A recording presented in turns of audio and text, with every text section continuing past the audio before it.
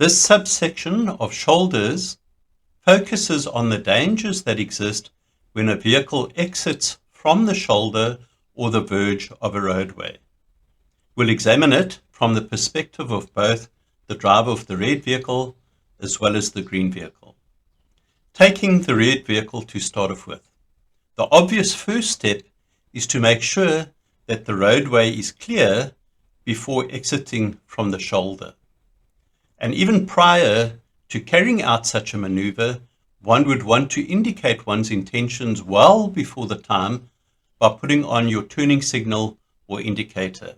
So never, and this is repeated throughout the course, never put on your turning signal or your indicator and carry out the maneuver at the same time. No, the idea is to signal your intention first of all so that drivers are aware of what it is you're planning to do, and only after it's safe to do so would one then pull out into the main lane of traffic. The other thing is that if there's a section of the shoulder or verge of the roadway that's safe to travel along, then rather to build up speed along that section of road before merging into one of the main lanes. And that way you can minimize any danger from fast approaching vehicles. If you're the driver of the green vehicle, never assume that it's just safe to proceed. If you find a vehicle on the side of the road, even though it's not indicating, you don't see any lights that are on, don't see any activity, it could still be that this vehicle suddenly pulls across into your path. So already, in approaching a vehicle such as this, one would want to slow down and plan an escape route in case a vehicle does move across into your path. So what escape route would you have? What choices would you have? Well, either one can go into the oncoming lane or take an escape route along the shoulder. Which would be better? Well, provided there are no oncoming vehicles, it's better to actually cross over into the oncoming lane because all wheels will then be on the tarred section of the road as opposed to one set of wheels on the tarred section and one set of wheels on what may be a sandy section of the road. And as we covered in a previous video, when the wheels are on different surfaces, it affects the handling characteristics of the vehicle and can induce a slide into the vehicle. So the better option is to go into the oncoming lane, obviously, provided there's no oncoming vehicles, and then you can ensure that all vehicles are on the tarred surface as opposed to moving onto the shoulder section of the road. And even if that was a solid white line or a double white line, then rather do that, contravene crossing over the line just to ensure your safety in an emergency situation. Let's have a look at the animation then.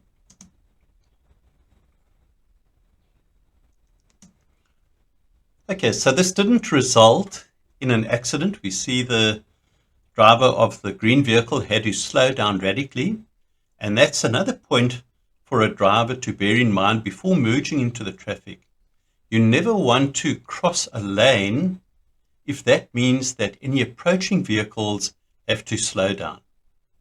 And so you always want to ensure that you can approach or cross over into a lane at enough speed that the vehicles from behind can continue the speed that they're traveling at without having to put on brakes or to slow down in any way.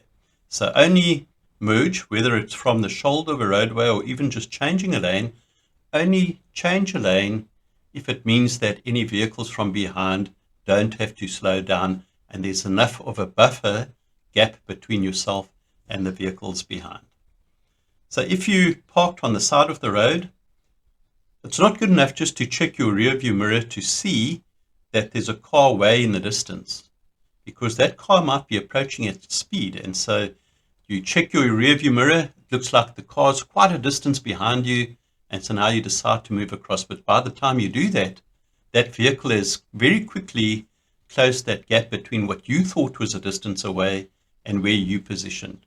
Now you want to keep your eye on the rear view mirror or the side mirror and try and determine or ascertain what speed the vehicle is approaching at. And so one glance into the mirror is not good enough. In fact, one has to keep your eye on the mirror, determine the speed, and then again, just prior, to executing the change in moving across into the lane. Here we have a typical scenario. So the driver of this vehicle moving straight across into the main lane.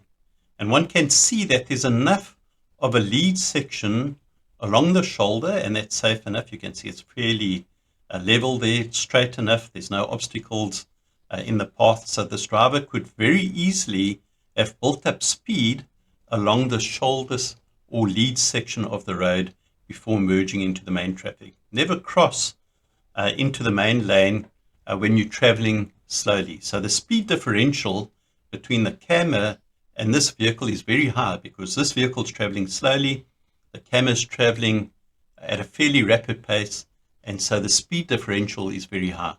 Whereas if this vehicle had picked up speed along the lead section and then merged, the more that this vehicle builds up speed, the lower that speed differential becomes between this vehicle and what would be the camera approaching.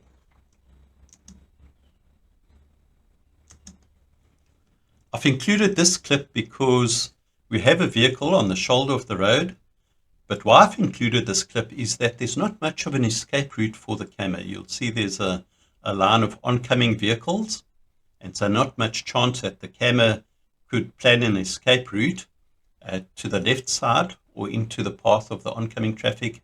And the shoulder of the road on the right side looks to be a little bit dodgy. You can see it's inclined at quite an angle. It's a sandy section, and so if one was to hit that shoulder at speed, then the car's going to go out of control. There's also bushes close to the edge of the shoulder, so that doesn't leave much room to play with either. So if you are the driver in this position and you see a situation such as this where your escape routes are reduced or minimized, then rather slow down just in case the vehicle now suddenly decides to enter the main lane. This is exactly what happens. The camera tries to slam on brakes, goes into a slide, and is hit by an oncoming vehicle. I've included this clip because there's a bit of a curve or bend in the road. We can see there are actually two trucks here, one in front of the other, and so the visibility of what lays ahead of those trucks is blocked by the camera's view, and so one has to approach this section of road with caution because of not having visibility as to what lays ahead. So it would have been better for the camera to slow down in a situation such as this. And as fortune would have it, we have a vehicle here now pulling into the main lane. And likewise, for the driver of this vehicle having these trucks behind him or her, he wouldn't have had much visibility as to what was approaching along the road here, but decides to pull across nonetheless. Let me just advance this one a little bit, and you'll see that there's a larger and a bit of a smaller size truck behind the larger truck. This truck's already protruding a bit into the main lane, and so the chances are that having one truck behind another truck, that truck's going to be inclined to want to overtake the truck ahead of it. Now the camera does exactly the wrong thing here. So the camera was in the left lane, which would have been fine. It would have allowed a bit of a buffer zone between this lane and where this truck is going to be moving across into the main lane. But the camera instead now moves across into the right-hand lane closer to the path of danger. Whereas if he was traveling in the right-hand lane, the correct thing to do would have been to move across into the left lane to get away from the danger area, and also to allow this vehicle the space to be able to move into the main lane. Because of doing the wrong thing, lands up in a collision.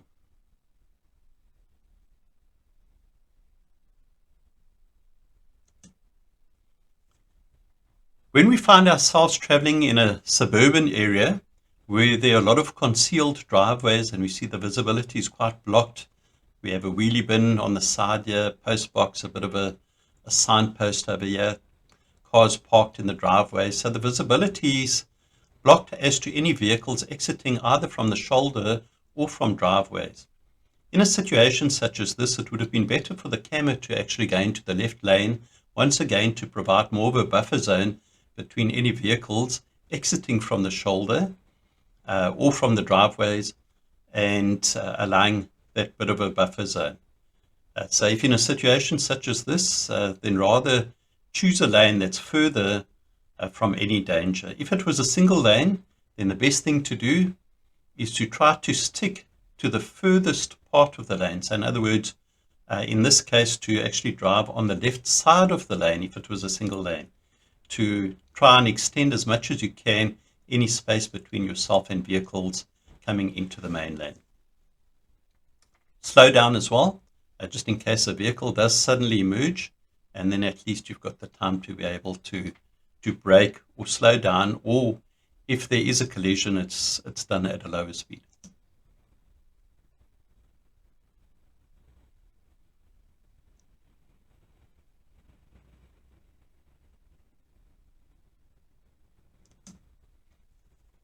This clip I've included because we do have a vehicle on the shoulder section of the road here. The driver is indicating. So because of that, the camera should have been more alert and aware of the potential hazard of this vehicle, because the driver is wanting to move across due to the fact that he's indicating. And as I'm going to repeat time and time again throughout the course, merely having your indicator on doesn't give you the right to turn. It seems that people are under the misconception that as long as you're indicating or having your turning signal on, then you're fine to go ahead and actually carry out the maneuver. But that's not the case. I want to try and dispel that misconception throughout the course, and so I'll repeat this point time and time again. In this particular case, we see that the driver that's on the verge or the shoulder of the road is also distracted by this vehicle and another vehicle that's moving ahead of it. So his attention could well be focused on these vehicles and now not paying heed or attention to any vehicles that are approaching from the rear. So the camera should have been more alert in this situation.